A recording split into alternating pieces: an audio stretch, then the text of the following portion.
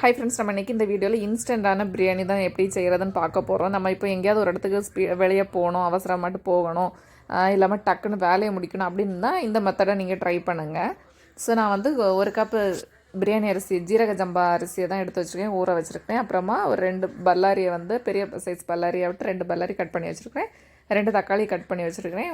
ஒரு கைப்பிடி போடுறதுக்கு அளவு, மொத்தத்தில் ஒரு கைப்பிடி போடுறதுக்கு அளவு கொத்தமல்லி இலையும் புதினா இலையும் எடுத்து வச்சுருக்கிறேன். அப்புறமா கொஞ்சம் சிக்கனும் எடுத்து வச்சுருக்கிறேன். ஸோ சிக்கனை வந்து நல்லா க்ளீன் பண்ணி எடுத்து வச்சுக்கோங்க. நீங்கள் நார்மலாக மற்ற மாதிரி பிரியாணி பண்ணணும், அந்த சிக்கனை வந்து நல்ல மசாலாலாம் போட்டு நீங்கள் தயிரில் ஊற வைக்கணும். ஸோ நான் இதில் வந்து இன்ஸ்டன்ட் பிரியாணி அதனால் எதுவுமே ஊற வைக்கலை. அதுக்கப்புறமா நம்ம ஒரு கடாய் எடுத்துக்கோங்க. அதில் வந்து 2 ஸ்பூன் நெய்யும் 2 ஸ்பூன் தேங்காய் எண்ணெயை வந்து ஆட் பண்ணிக்கோங்க. இந்த ரெண்டுமே கொதித்ததுக்கப்புறமா, சூடானதுக்கப்புறமா நம்ம வந்து அதில் கொஞ்சம் மசாலாலாம் போடணும். என்னென்னா நான் பொடிஞ்ச பட்டானனால ஒரு 2-3 துண்டாட்டு வச்சுருக்கேன். நீங்கள் வந்து ஒரு 2 பட்டை, ஒரு ஸ்டார், ஒரு ஏலக்காய், 2 கிராம்பு இவ்வளோ ஆட் பண்ணிக்கோங்க. இல்லாமல் அந்த பிரியாணி எல்லாம் உண்டுல, அது இருந்துச்சுன்னா அதுவும் போட்டுக்கோங்க. நான் அது போடலை. அதுக்கு பதிலாக நான் வந்து ரம்பா இலை இதில் போட போகிறேன். அப்புறமா நம்ம கட் பண்ணி வச்சுருக்கோம்ல, அந்த வெங்காயத்தை நம்ம இந்த நெய்யிலையும் தேங்காய் எண்ணெயிலையும் போட்டு நல்லா வசக்கணும். இது பொன்னிறம் ஆகுறது வரைக்கும் வசக்கணும். இது வசங்கிறதுக்காக நம்ம வந்து ஃபஸ்ட்டு சால்ட் ஆட் பண்ணோன்னா சீக்கிரம் வெங்காயம் வதங்கிடும். ஸோ அதை வந்து நம்ம வந்து இப்போ சால்ட்டும் ஆட் பண்ணியாச்சு. இந்த வெங்காயம் பொன்னிறம் ஆகுறது வரைக்கும் வெயிட் பண்ணுங்கள். இதுக்கப்புறமா இதில் வந்து 2 பச்சை மிளகாய் இதில் வந்து ஆட் பண்ணியிருக்கிறேன். இந்த பச்சை வாசனை போகிறதுக்கு அளவு பச்சை மிளகாயும் நல்லா வதக்கி கொடுத்துக்கோங்க. இந்த வெங்காயம் பொன்னிறம் ஆகியாச்சு. இனி இந்த வெங்காயம் கொஞ்சம் நல்லா வசங்கியாச்சு. இதுக்கப்புறமா நம்ம வந்து கட் பண்ணி வச்சுருக்கிற தக்காளி இதில் ஆட் பண்ணிக்கோங்க. தக்காளி ஆட் பண்ணி தக்காளியை நல்லா வேகணும். வேகிறது வரைக்கும் நல்லா வசக்கி கொடுத்துக்கோங்க. அதுக்கப்புறமா தக்காளியும் வந்ததுக்கப்புறமா நம்ம வந்து இஞ்சி பூண்டு பேஸ்ட்டு தான் இதில் வந்து ஆட் பண்ணிக்க போகிறோம். இஞ்சி பூண்டு பேஸ்ட் வந்து பச்சை வாசனை போகிறதுக்கு அளவு நல்லா வசக்கி கொடுத்துக்கோங்க. ஃபைனல் நம்ம பார்க்கும்போது இந்த தக்காளி, வெங்காயம், இஞ்சி பூண்டு பேஸ்ட்லேருந்து எல்லாமே அந்த நெய்யும் எண்ணெயும் தனியாக பிரிஞ்சு வரணும். அந்த அது வரைக்கும் வெயிட் பண்ணிக்கோங்க.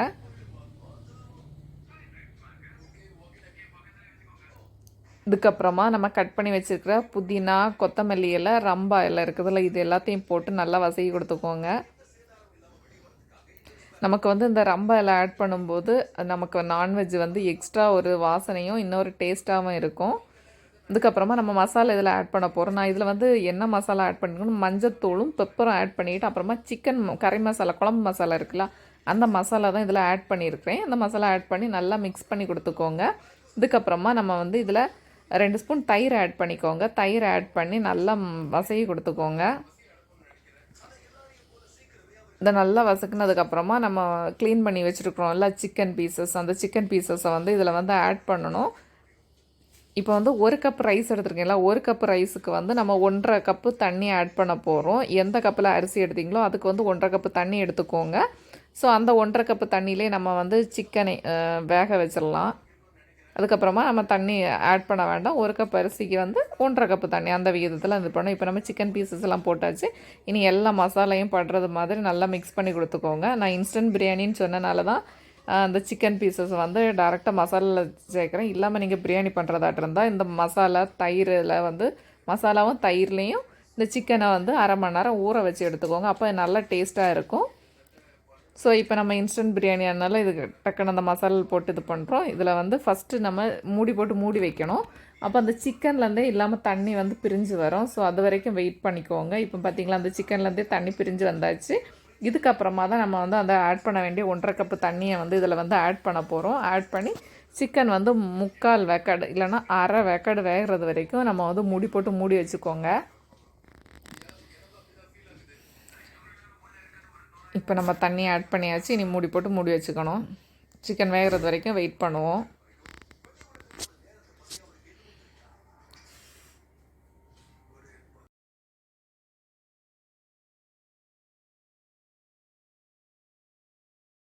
இப்போ நம்ம சிக்கன் வந்து அரை வேக்காடு வந்தாச்சு. இதுக்கப்புறமா நம்ம ரைஸை தான் ஆட் பண்ண போகிறோம். நம்ம அரை மணி நேரம் ஜீரக ஜம்பா அரிசியை வந்து ஊற வச்சுருக்கோம்ல, அந்த அரிசியை தான் இதில் ஆட் பண்ணிக்க போகிறோம். இப்போ அரிசியை ஆட் பண்ணி நம்ம இப்போ ரைஸை ஆட் பண்ணியாச்சு. ரைஸை ஆட் பண்ணதுக்கப்புறமா நல்லா மிக்ஸ் பண்ணி கொடுத்துக்கோங்க. அப்புறம் வந்து சால்ட் எவ்வளோ இருக்குது அப்படின்ட்டு செக் பண்ணி பார்த்துக்கோங்க. சால்ட் வந்து கரெக்டான அளவில் இருக்கா அப்படின்னு சொல்லிட்டு செக் பண்ணி பார்த்துக்கோங்க. நம்ம வந்து ரைஸ் போடும்போது லைட்டாக உப்பு கைக்கிறது மாதிரி இருக்கணும். அது வெந்ததுக்கப்புறமா அப்போ தான் நமக்கு வந்து சால்ட்டு கரெக்டாக இருக்கும். ஸோ இப்போ நமக்கு வந்து கொஞ்சம் தண்ணியெல்லாம் வற்றியாச்சு. இது இன்னும் வந்து கொஞ்சம் கூட அந்த தண்ணி வற்றி வரணும். அப்போ வந்து நமக்கு சூப்பரான பிரியாணி ரெடி ஆகிரும்.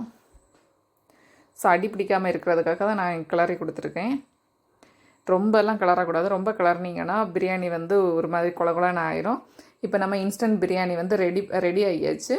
நீங்களும் உங்கள் வீட்டில் வந்து இந்த ரெசிபியை வந்து ட்ரை பண்ணி பாருங்கள்.